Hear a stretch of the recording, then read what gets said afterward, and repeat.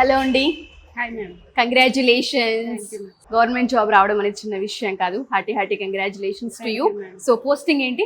Rural bank clerk madam. Okay, కర్ణాటకలో. కర్ణాటకలో. Okay, ఎప్పటి నుంచి ట్రై చేస్తున్నారు గవర్నమెంట్ జాబ్ కోసం మీరు? 2 years అండి. 2 years. Less than 2 years. Okay, so Sreeja సిసి మీ జర్నీకి ఏ విధంగా హెల్ప్ అయింది? ఎలా మిమ్మల్ని అప్స్కిల్ చేస్తుంది?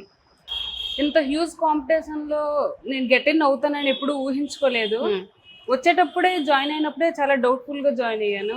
మా పేరెంట్స్ ప్రెజర్ తో ఇంకా మనం ఏం చేయగలం, నువ్వు ఏదో ఒక జాబ్ తెచ్చుకుంటేనే ఇంకా లైఫ్ ముందుకెళ్ళిద్ది అలా ఇలా చెప్పి నేనైతే ఇష్టంతో రాలేదు ఇక్కడికి. బలవంతంగా వచ్చారు. చాలా బలవంతంగా వచ్చాను. ఇంకా ఇక్కడ షాపింగ్ కి అలా ఇలా తీసుకెళ్తామని తెచ్చి బలవంతంగా జాయిన్ చేస్తారు.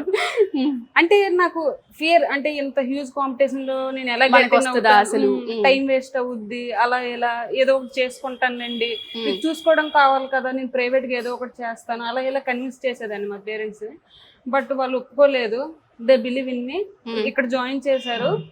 జాయిన్ చేసిన ఒక 1 month ఇక్కడ ఉన్న 1000 మంది క్లాసులకు వస్తుంటే బాబోయ్ నేను సక్సెస్ అవ్వగలనా లేదా అని అనుకునేదాన్ని. మాక్ టెస్ట్ లో నాకు నెగిటివ్ మార్క్స్ వచ్చిన రోజులు కూడా ఉన్నాయి. అలాంటిది విత్ ఇన్ 2 years లో జాబ్ క్రాక్ చేసి సూపర్. అసలు మీకు నిజంగా చెప్పాలంటే హోప్ లేదు, ఇంట్రెస్ట్ లేదు. ఇంట్రెస్ట్ లేదు.